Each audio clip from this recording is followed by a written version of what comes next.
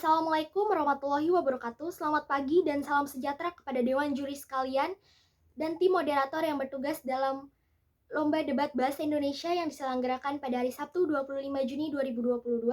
Izinkan saya memperkenalkan diri, nama saya Gabriel Geraldine Zevanya Liun, berasal dari Sekolah Menengah Atas Negeri 5 Kota Tangerang. Dan di sini saya akan menjabarkan juga menyampaikan argumen atas setujunya saya mengenai mosi yang diberikan pada pagi hari ini, yaitu sebagai negara berkembang dengan potensi maritim, Dewan ini tidak akan menggunakan strategi ekonomi biru.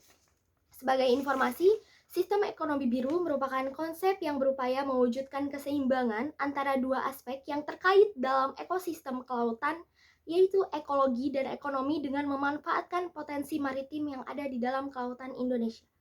Potensi maritim sendiri merupakan segala sesuatu yang ada atau terdapat di dalam lautan atau perairan di Indonesia. Untuk sektor yang ada di dalam ekonomi biru sendiri, diantaranya ada sektor perairan dan kelautan, sektor perikanan, sektor transportasi, sektor pariwisata, dan sektor pengelolaan limbah. Di mana tujuan dari sistem ekonomi biru ini adalah menciptakan kesejahteraan yang merata bagi masyarakat luas dengan sektor-sektor yang tersedia. Sekali lagi saya menegaskan bahwa saya setuju bahwa sebagai negara berkembang dengan potensi maritim, Dewan ini tidak akan menggunakan strategi ekonomi biru karena masih banyak dampak negatif dari ekonomi biru di dalam kehidupan sehari-hari kita. Di mana diantaranya yang pertama ada sistem atau sektor dalam sistem transportasi air, di mana diantaranya ada satu, pembangunan tol di atas air, yang kedua, jasa penyeberangan, yang dimana itu bukan prioritas utama kita dalam mencapai kesejahteraan, karena untuk waktu sekarang ini sudah bisa dibilang lebih dari cukup untuk sistem perairan Indonesia, bahwa dengan kapal air pun masyarakat luas di Indonesia sudah dapat menyeberang tanpa adanya pembangunan tol atau jasa penyeberangan yang mengeluarkan lebih banyak dana. Yang ketiga, ada pariwisata, di mana sektor tersebut, jikalau berbicara tentang pariwisata dan berbicara tentang kelautan, pariwisata di kelautan menyebabkan banyak dampak negatif untuk kehidupan kita di sekarang ini, di mana banyak sekali anak muda yang tidak memperhatikan atas kebersihan dan kepeduliannya terhadap laut.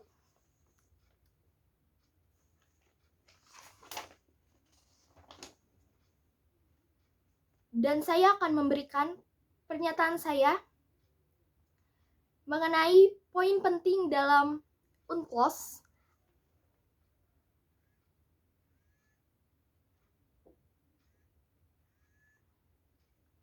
tahun 1982, di mana seluruh negara harus turut serta dalam mencegah dan mengendalikan pencemaran laut. Dan di sini bisa kita ambil kesimpulan bahwa dengan terciptanya sistem ekonomi biru sangat bertolak belakang terhadap tujuan utamanya, di mana tujuan sistem ekonomi biru sendiri adalah untuk menciptakan kesejahteraan dan juga keberhasilan dalam sistem kelautan. Namun ini bertolak belakang mengenai atau terhadap dampak-dampak yang disebabkan. Terlepas daripada dampak negatif yang disebabkan oleh sistem ekonomi biru, saya juga akan memberikan argumen terhadap penolakan saya terhadap sistem ekonomi biru, di mana di sini saya mendukung bahwa Dewan ini tidak akan menggunakan strategi ekonomi biru, di mana tujuan dari ekonomi biru sendiri adalah menciptakan kesejahteraan, namun ini sangat bertolak belakang di dalam kehidupan kita sehari-hari, di mana berbicara tentang wilayah perairan atau kelautan, kemiskinan masih sangat merajalela, di mana ini sangat bertolak belakang dengan tujuan sistem ekonomi biru yang akan menciptakan kesejahteraan di dalam ekosistem kelautan.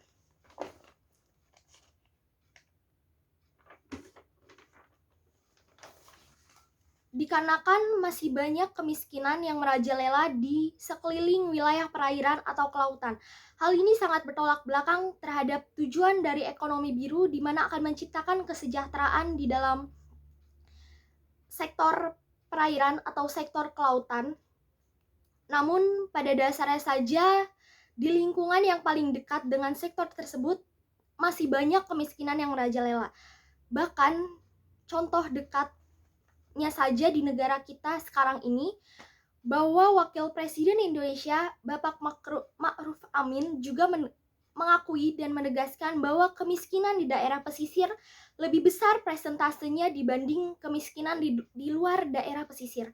Hal ini bisa kita lihat bahwa dengan terciptanya sistem ekonomi biru sekalipun, jikalau tujuan dari sistem ekonomi biru itu tidak tercapai, maka bisa dibilang sistem ekonomi biru ini memang tidak efektif. Adapun penyebab dari kemiskinan yang merajalela untuk sekarang ini adalah yang pertama, wilayah pesisir yang berbeda-beda. Yang kedua, belum meratanya persebaran ekonomi. Dan yang ketiga, sampah yang dihasilkan masih banyak. Seperti yang kita ketahui, tujuan dari sistem ekonomi biru adalah pengelolaan limbah dan sampah untuk bisa menjadi barang yang lebih berharga lagi. Namun nyatanya, saat sistem ekonomi biru diterapkan, juga sampah yang dihasilkan di Indonesia masih berjumlah 5,75 ton sampai 6,8 juta ton per tahun, di mana sistem ekonomi biru ini masih bisa dibilang belum efektif untuk keadaan Indonesia sekarang.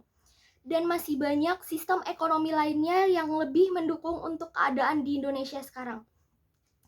Di antaranya, saya bisa menyebutkan 2 sistem ekonomi yang terbilang lebih efektif untuk digunakan di dalam kehidupan sehari-hari di Indonesia untuk saat ini, yaitu sistem ekonomi liberal dan sistem ekonomi komando. Yaitu sistem ekonomi liberal bebas berinovasi dan sistem ekonomi komando mendapatkan untuk masyarakat merata, untuk ekonomi masyarakat merata. Terima kasih.